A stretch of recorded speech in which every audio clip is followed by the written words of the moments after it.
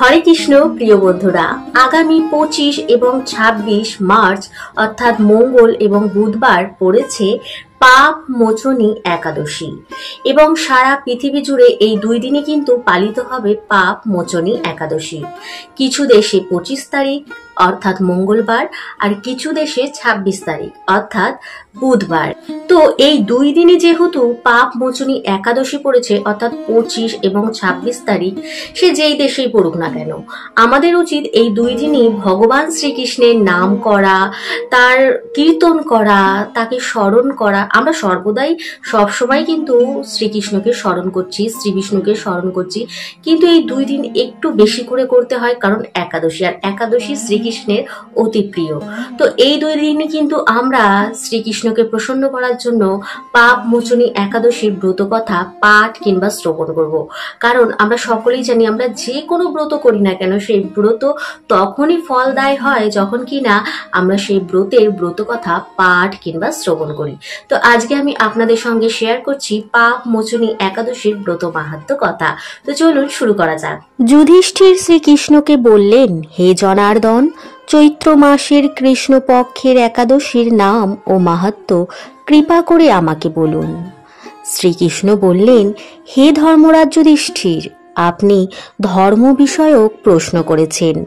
এই একাদশী সকল সুখের আধার, সিদ্ধি প্রদানকারী ও পরম মঙ্গলময়, সমস্ত পাপ থেকে নিস্তার বা মোচন করে বলে এই পবিত্র একাদশী তিথি পাপ মোচনী নামে প্রসিদ্ধ।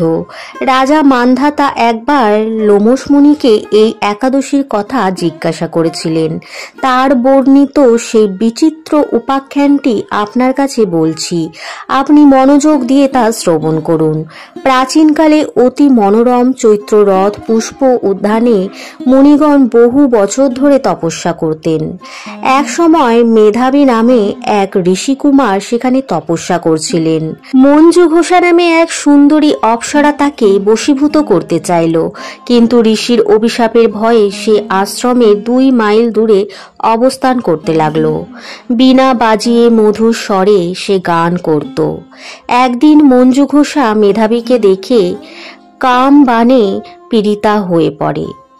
এদিকে ঋষি মেধাবী ও অপ্সরার অনুপম সৌন্দর্য দেখে মুগ্ধ হন। তখন সেই অপ্সরা মুনিকে নানা হাব ভাব ও কটাক্ষ দ্বারা বশীভূত করে। ক্রমে কাম পরবশ মুনি সাধন ভজন বিসর্জন দিয়ে তার আরাধ্য দেবকে বিস্মিত হন। এইভাবে অপ্সরার সাথে কাম ক্রীড়ায় মুনির বহু বছর অতিক্রান্ত হলো।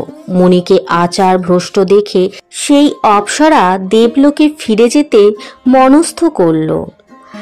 একদিন মঞ্জু ঘোষা মেধাবী মুনিকে বলতে লাগলো, হে প্রভু, এখন আমাকে নিজ গৃহে ফিরে যাবার অনুমতি প্রদান করুন।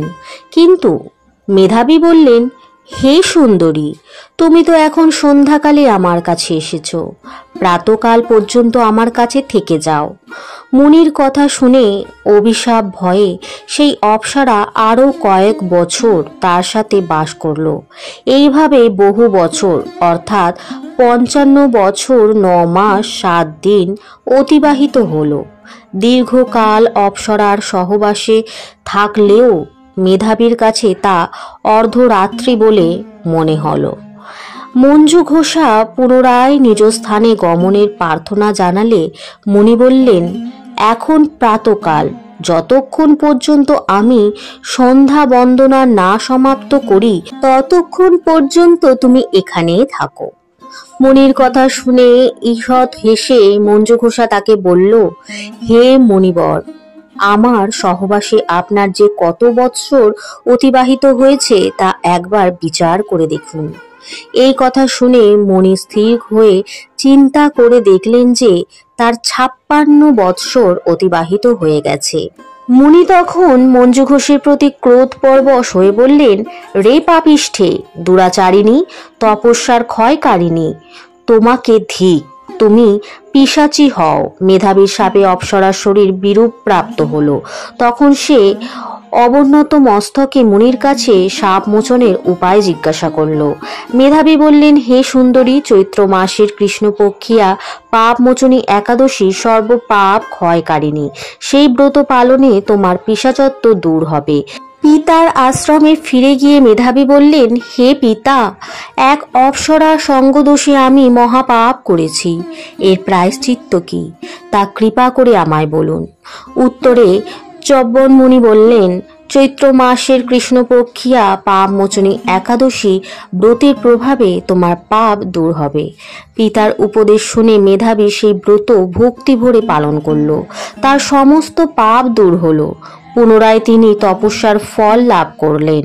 মঞ্জু ঘোষও এই ব্রত পালনের ফলে পিশাচত্ব থেকে মুক্ত হয়ে দিব্য দেহে স্বর্গে গমন করল। হে মহারাজ, যারা এই পাপ মোচনী একাদশী পালন করেন তাদের পূর্বকৃত সমস্ত পাপই ক্ষয় হয়। এই ব্রতকথা পাঠ ও শ্রবণে সহস্র গোদানের ফল লাভ হয়। তো বন্ধুরা, কেমন লাগলো ভিডিওটা, অর্থাৎ পাপ মোচনী একাদশীর ব্রত মাহাত্ম্য কথা কেমন লাগলো? যদি ভালো লাগে বন্ধুদের মধ্যে শেয়ার করতে ভুলবেন না, এবং পাশে থাকার জন্য কি কি করতে হবে আপনারা তো সকলেই জানেন। তো অবশ্যই সাপোর্ট করার জন্য সাবস্ক্রাইব করে দেবেন এবং শেয়ার করবেন, যাতে করে আর 5টা মানুষ তাদের ব্রত সম্পূর্ণ করতে পারে। তো চলুন এখানেই বিদায় নিচ্ছি, আসছি নতুন অন্য কোনো ভিডিও নিয়ে। ততক্ষণের জন্য ভালো থাকুন, সুস্থ থাকুন, সুরক্ষিত থাকুন এবং ভালোবেসে ভক্তি ভরে বলতে থাকুন, হরে কৃষ্ণ, রাধে রাধে।